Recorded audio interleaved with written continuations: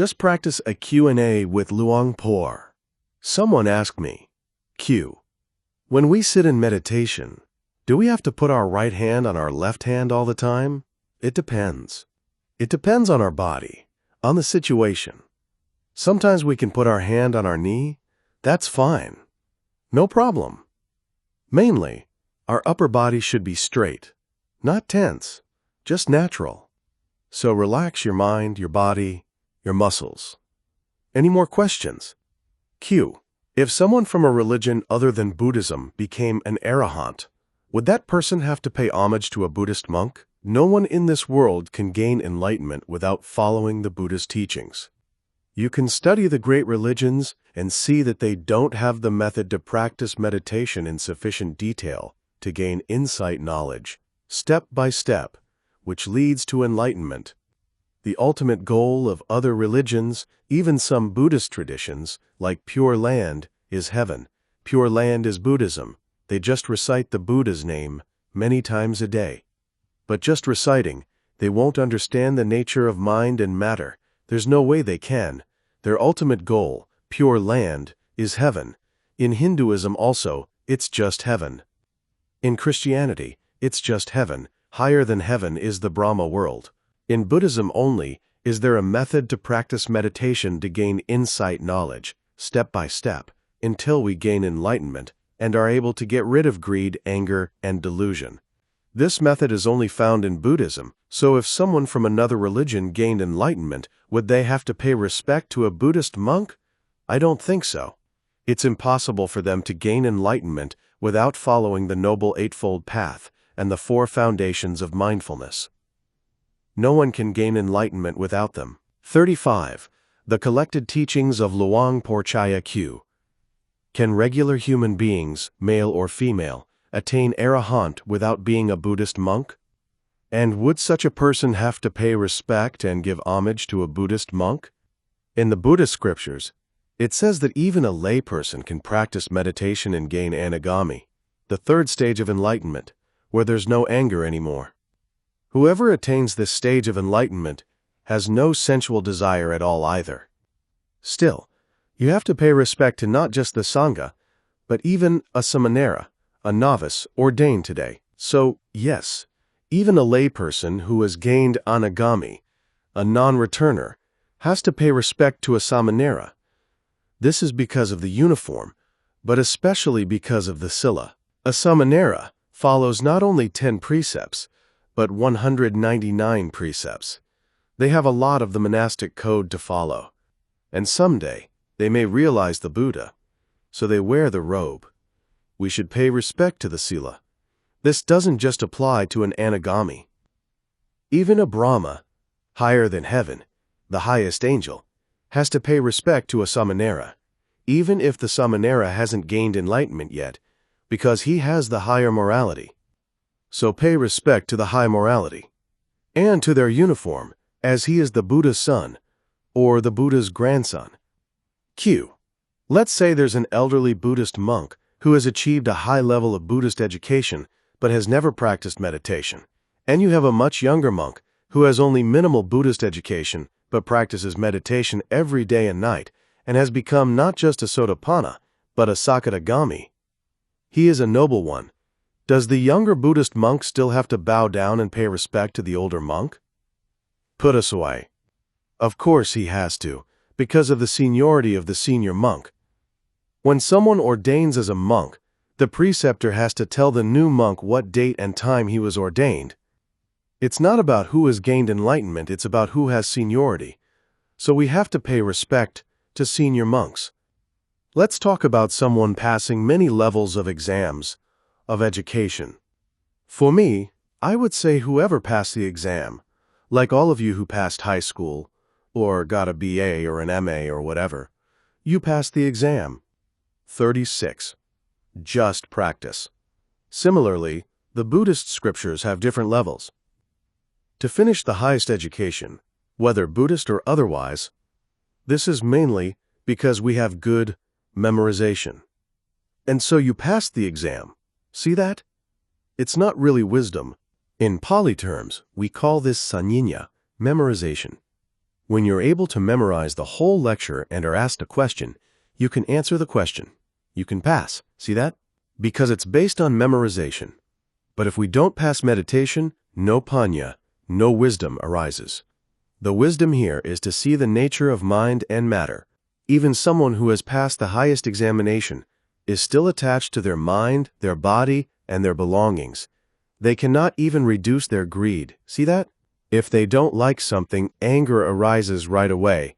They can't control their mind because of a lack of practice. So we need to practice.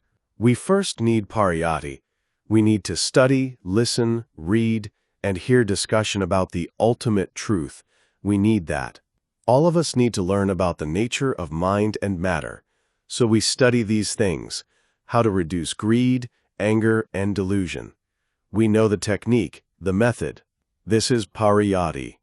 Chabacha. But we will not gain anything if we know the method, but do not put it into practice. Pariyati is like a map. If we want to go from here to Washington, D.C. by car, what do we need? We need a map, and we need to study the map. If we don't, we won't reach Washington, D.C. We need to follow the map and drive to get there. So after we study and know everything, that is, we know the map and the route, or pariyati, we need to put it into practice. This is pati. We need to put it into practice, la map and a raj. You see, everyone knows that anger is not good. Anger is like fire burning your heart, or like poison destroying your body. Everyone knows this, but how about if you come across an undesirable situation? Anger arises right away, right? That's because of a lack of practice. From studying you may realize that anger is not good, but you cannot control your mind. That's why we need to practice. When you practice, you'll know anger is not good. It's like poison, it's like fire, so you won't accept it. See that? If you practice vipassana meditation and anger arises, you realize it right away. This is wisdom. When wisdom arises, anger disappears. That's why we need to practice. Pati. After you study, you know the method and you put it into practice. You'll see the result, Pativeda, and then you will gain enlightenment. 37. The collected teachings of Luang Por. So you asked me about the senior monk with the highest education, but he doesn't practice. He will not gain anything, but the younger monk still has to pay respect to the senior monk because he has less seniority than the other monk. He has to pay respect to him. When you pay respect to a monk, think about the virtues of the Sangha, the holy, noble Sangha, not just the person you see in front of you. Think about the virtues of the noble Sangha and pay respect to them. It's like if we go on a pilgrimage and see a lot of Buddha statues. Some of these statues last for 1,000 years, very old antiques, and many are missing a hand or an ear, but we still have to pay respect to it. We're not paying respect to a Buddha statue with no ear or hand. Instead, think about the virtues of the Buddha, the living Buddha, and pay respect to him. You will gain the benefit. So pay respect to the Sangha, even if it's not perfect. Think about the virtues of the noble Sangha, and then you will gain the merit, 100%. Q. I have a question about new meditators. I have lots of friends who want to practice meditation, but I can't explain the best way to gain concentration, because even though we're sitting in meditation, our minds are wandering all over the place. Can you help me understand? When we practice meditation, we first need to gain concentration, and then wisdom will follow later. So how to practice that? Mainly, just keep practicing. This is mental training, training this monkey mind. The mind is like a monkey. The nature of a monkey is to run and jump. That's its nature. The mind also wanders, and so we wonder how to deal with the mind in order to gain concentration. You focus your mind on your main object of meditation, maybe breathing in and breathing out, or maybe the rising and falling of the abdomen. If your mind goes out, if your mind wanders, this means you forgot to focus on your main object of meditation. So try to watch your mind. Just remember, try to watch your mind. Investigate. How about my mind? Has it stayed with the main object of meditation or not? Try to watch your mind. If you realize your mind has wandered, what do you have to do? Just mentally label it. Wandering, wandering, wandering, wandering. and then return to your main object of meditation. Maybe in a few minutes it wanders again, and you start thinking. Just be aware of the 38, just practice thinking. And then label it, thinking, thinking, thinking, thinking. Then return to your main object of meditation. By doing this, by continuing to do this, the distracted wandering mind will reduce for sure. Instead of your mind going out 100 times, you'll reduce it to only 99 times, then 98 times, 50 times, and finally, no more going out. You'll experience how to train this monkey mind by yourself. Try to realize what it's doing. Then go back to your main or home object of meditation. All of you come to this meditation monastery just temporarily. Then go back home, right? It's the same. So we have a home object. If something happens, and you think about something, it's just thinking, thinking. Your mind wanders, and it's just wandering, wandering. If you're talking to someone, it's just talking, talking. If you plan to do something, it's just planning, planning. Just realize what's happening with your mind, and then you will know the mind is just arising and disappearing. Then go back to your home object. So we need to practice to watch our mind. Q. So you're saying that whatever we do, we need sati, right? Yes, yes, yes. Just try to be aware. And label it. Labeling just means that you know it. Labeling is knowing. And knowing is wisdom. When wisdom arises, this wandering mind, delusion, will disappear right away. No two minds can arise together. So if wisdom arises, there's no wandering mind. If there's a wandering mind, there's no wisdom. So we call this mental training or mental culture. We're culturing this monkey mind. We need to practice to get used to it. The method is simple, very, very simple. But it's not easy. Luang Por laughs. But practice. Practice makes perfect. Q. If we sit in meditation and fall asleep, what happens? It's sleeping meditation. It's not wisdom anymore. It's moha, or delusion. So we should always be alert. We need effort. When we lack effort, then we can fall asleep. Really, we need effort, mindfulness, and concentration. They are co-workers. They are working together. Please remember, if you fall asleep, it's bhavanga, and if you're sleepy, it's moha. At night, we sleep for 5 hours or maybe 8 hours. It's bhavanga. It's neither wholesome nor unwholesome.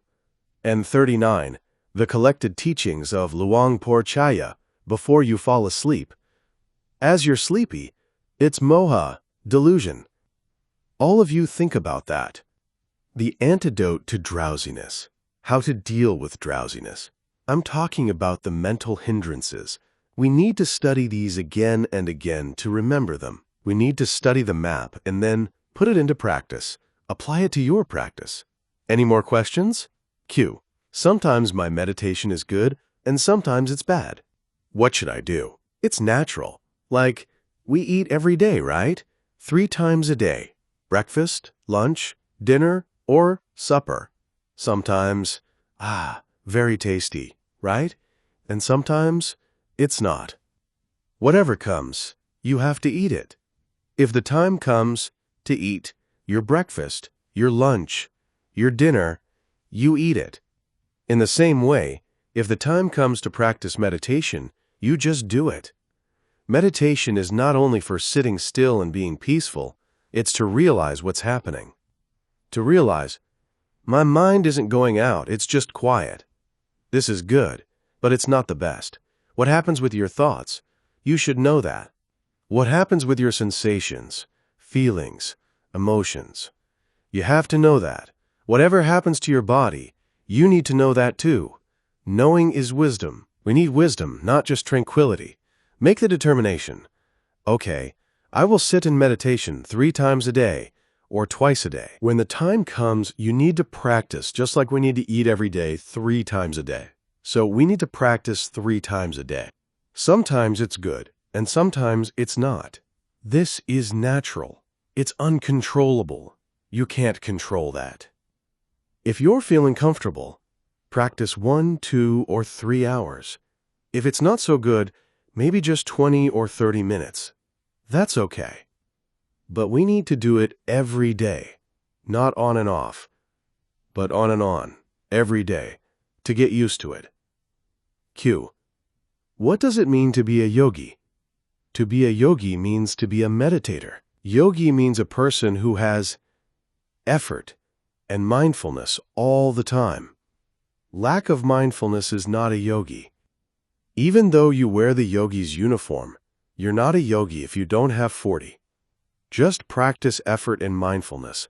You need effort and mindfulness and practice, then you're really a yogi. That's why the Buddha said to act like a sick person. Slow down, walk slowly, stand up slowing, and sit down slowly. Whatever you do, slowly, mindfully, gently, precisely, attentively, this is a yogi. I'd like to see all of you as yogis. Rushing to walk, that's not a yogi. Rushing, that's not a yogi. Q. Sometimes my practice feels relatively concentrated, mindful, and inspired, whereas at other times it feels dull, scattered, and confused. During those latter periods, I tend to compensate by over-focusing and become very serious and intolerant of other people. It makes me feel tense, and concentration is almost impossible to attain. I find it very difficult to let go of the seriousness during these times. Can you give me any advice? Practicing loving-kindness meditation for a while will be helpful to regain concentration. Wish for yourself to be well and happy first, and then extend your thoughts of love to others. Q. While chanting, should I be reflecting on the meaning of the chant, or should my focus be elsewhere? Reflecting on the meaning is the best. Q. Is it appropriate for me to intentionally cultivate and try to sustain pleasurable feeling and possibly piti in the body while meditating? Or should I allow it to arise on its own, note it, then let it pass away? Or is there something else I should do? I allow it to arise on its own, note it, and know it as arising and disappearing. Q. What should be the essence of our practice? Always be mindful. Be aware of every physical activity and mental process. Q. Can you please help me understand the correct way to note? When noting, about 90% of my focus should be on awareness of what's 41, the collected teachings of Luang Por happening, and only 10% on the noting itself. Correct? When I note in this way, I feel that my awareness is much more refined and subtle, yet the mind has a stronger tendency to drift off. On the other hand, when I put most emphasis on the noting itself, the mind drifts less, but my overall awareness seems less sharp. The awareness seems more mechanical and forced. I find that if I try to balance the awareness and the noting, the mind moves back and forth between the two extremes of drifting and mechanical/forced noting. Noting the object accurately with awareness is best. Sometimes, when concentration becomes stronger, just being aware of the object without noting is okay too. Q. How do I know if I'm practicing in a way that leads to progress, or if I'm wasting my time? Just keep practicing and practicing. Be happy with what you've got. Q. I'm noticing that I'm becoming increasingly aware of the present moment, with fewer and shorter gaps in my awareness, but my awareness seldom seems clear or strong.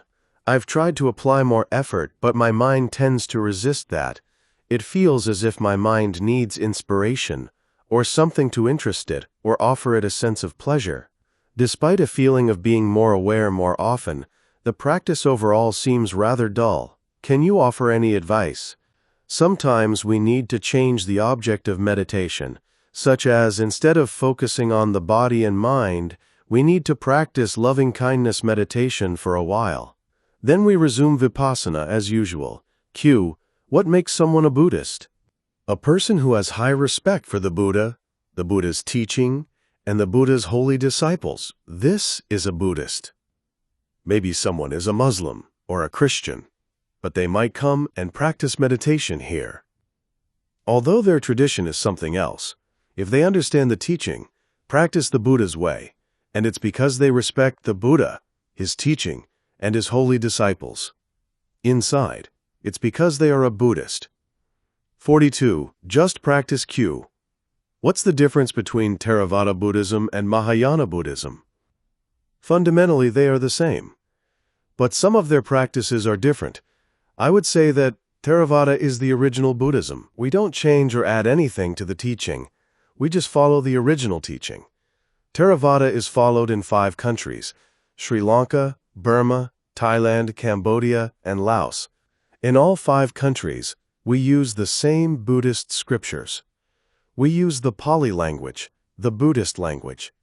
And we have only one Buddha, Gautama Buddha. For Mahayana Buddhism, it depends on the region or country, but they add some teachings. Maybe some philosopher or famous writer added stuff. And some teachings have been cut out, as they didn't think it was necessary or important. So they add some and take some out. For example, as Theravada Buddhist monks, we have to follow 227 precepts. For one of those 227 precepts, the Buddha said there is no eating after noon and until dawn the next day. We follow that. We fast by not eating after noon. In parts of Mahayana Buddhism, on the other hand, they change that a little bit. They can eat dinner. The monks can eat dinner, but it must be vegetarian. See that? Theravada monks can eat vegetarian or non-vegetarian. Doesn't matter. And, as I said, we have Gautama Buddha. For some Mahayana traditions, they have Medicine Buddha and Happy Buddha. They use different names. They have divine angels, spirits, and gods too. If you visit a Mahayana temple, you'll see God and angel statues. You can see 3 Buddhas with different names. Different names, different Buddhas. They have some for different followers, and some have very big eyes like a giant, and some stick out their tongue. Also, Theravada Buddhism doesn't allow monks to get married. But some Mahayana Buddhist monks, like Zen masters, can get married and have children too. And in these 5 countries, Sri Lanka, Burma, Thailand, Cambodia, and Laos, none of the monks is allowed to kiss a woman, but it's different in Mahayana Buddhism. If you watch TV, you can see even the Dalai Lama go somewhere. Maybe a female ambassador or the first lady of a country will come and welcome him at the airport, and they'll hug and kiss. We cannot do that. Maybe it's loving kindness on the part of Mahayana 43, the collected teachings of Luang Por monks, but we don't do that. If we did that, it would look ugly. Maybe all over the world we'd become an infamous person. But for the Dalai Lama, it's normal. Sometimes a lady will even want to kiss the Dalai Lama nose to nose. This is another difference between Mahayana and Theravada. And as Theravada Buddhists, we try to practice meditation to gain one of the states of enlightenment. Q. What's the difference between a sensitivity, e.g. eye sensitivity, and a sense base, e.g. the eye? Is it the eye versus the ability to see? The eye base, eye door, and eye sensitivity are the same thing. Q.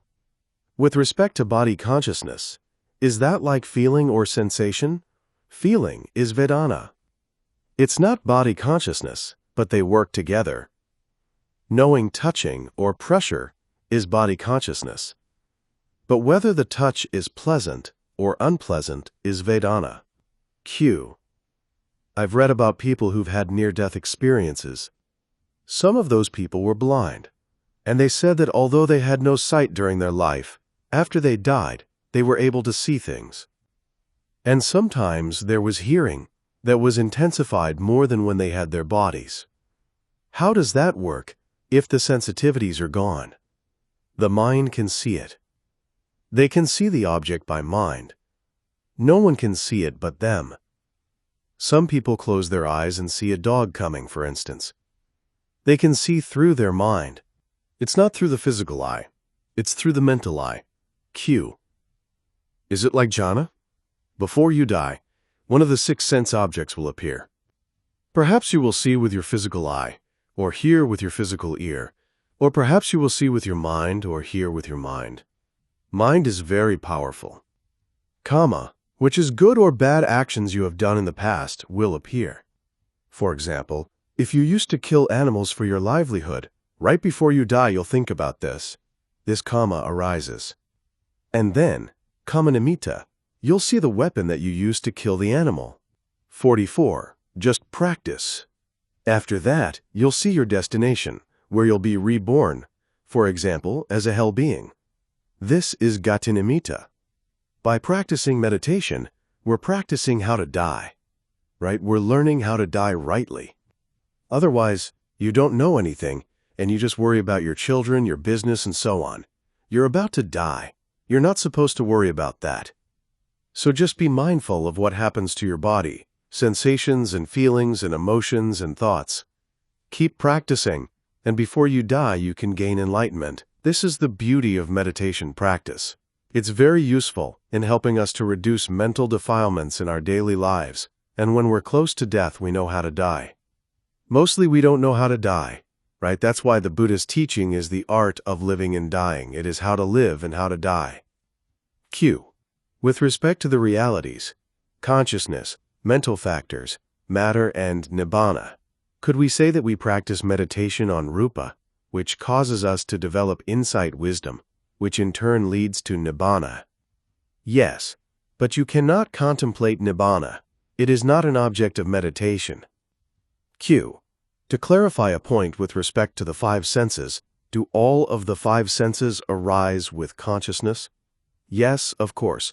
Remember that consciousness cannot arise alone. What do we need for consciousness and mental factors to arise? We need objects. Without objects, no consciousness or mental factors arise. It's like an invalid person.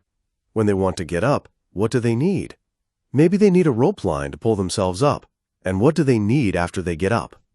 In order to stand, they might need crutches or a walker. The rope line and the crutches or walker give support to an invalid person. In the same way, the sense objects give support to consciousness and mental factors and enable them to arise. So it's just cause and effect. We have eye consciousness, ear consciousness, nose consciousness, tongue consciousness, and body consciousness. We call this impression consciousness. 45. The collected teachings of Luang Por. What does eye consciousness depend on? It depends on visible objects. And then eye consciousness arises, dependent on sound. Air consciousness arises, dependent on smell. Nose consciousness arises, dependent on taste. Tongue consciousness arises, and dependent on tangible objects, body consciousness arises. It's just cause and effect. What's the cause? The five objects, or matter. And consciousness is mentality. See? Just mind and matter. There's no body, no person, no man, and no woman. Just cause and effect. Just mind and matter. These five sense objects are the cause, and the mind element is the effect. Just cause and effect. Q. Does nibbana or enlightenment arise in the mind? Supramundane consciousness takes nibbana as its object. Nibbana doesn't arise. It's nature, so it cannot arise. It is supreme peace. It has its own nature. But supramundane consciousness can take supreme peace as its object. Someone can reach this attainment for 1 or 2 hours and experience the supreme bliss as an object without going anywhere. That's why nibbana is a dhamma that should be realized. Q. Wow, that's hard to understand. How many mental factors are associated with nibbana? You cannot associate with nibbana. It's not consciousness. It's the object of supramundane consciousness. If you take nibbana as an object, in that moment, 36 kinds of mental states arise. Q. So nibbana is like a dhamma? Yes, it's a dhamma object. Q. And it can be experienced through developing the mind? Yes, through supramundane consciousness. Try to practice meditation, gain enlightenment, and you'll know for yourself. 46. Just practice Q. Most of the stuff about Buddhism that I've been exposed to presents nibbana as the cessation of the mind, or the extinguishing of the mind, rather than the mind taking it as an object. Is that correct? No, the cessation of the mind is an attainment. It's not nibbana. Nirodha is not nibbana. Q. Is this a higher definition of nibbana? An anagami or an arahant can gain the cessation attainment, nirodha samapatti, but only those two. Q. Is that like a jhana? It's not jhana. Nirodha has no consciousness, no mental factors, and no rupa, nothing produced by mind, arising in that moment. You're still alive, though. Life faculties still exist. After 7 days, you become normal. It's high class. Q. It's really hard to understand. As lay people, we think of nibbana as a destination. We're trying to envision it that way. But it's completely different. You can't see nibbana with your physical eye or experience it through normal consciousness. Only supramundane consciousness can see it as an object. Q. Is it associated with a neutral feeling or a pleasant feeling? There's no feeling. It's not even upekkha. It's relief from suffering. It's very hard to explain. It's incomparable. It's not regarding the mind. Nibbana is the object of supramundane consciousness. Q. Venerable Chaya, can we consider ourselves noble people if we gain some of the insight knowledges? Whoever practices meditation and gains enlightenment becomes a noble person. If you practice meditation and become able to differentiate between mind and body, and you know cause and effect, you are a lesser 47, the collected teachings of Luang Por Chaya stream enterer. A regular stream enterer will never go to an unhappy state. But even if you don't gain enlightenment in this life, if you possess these two vipassana knowledges, differentiating mind and body and knowing cause and effect, you will not go to an unhappy state in the next life. And then, if you gain enlightenment, you will become a stream enterer. So we need to improve ourselves step by step. 48.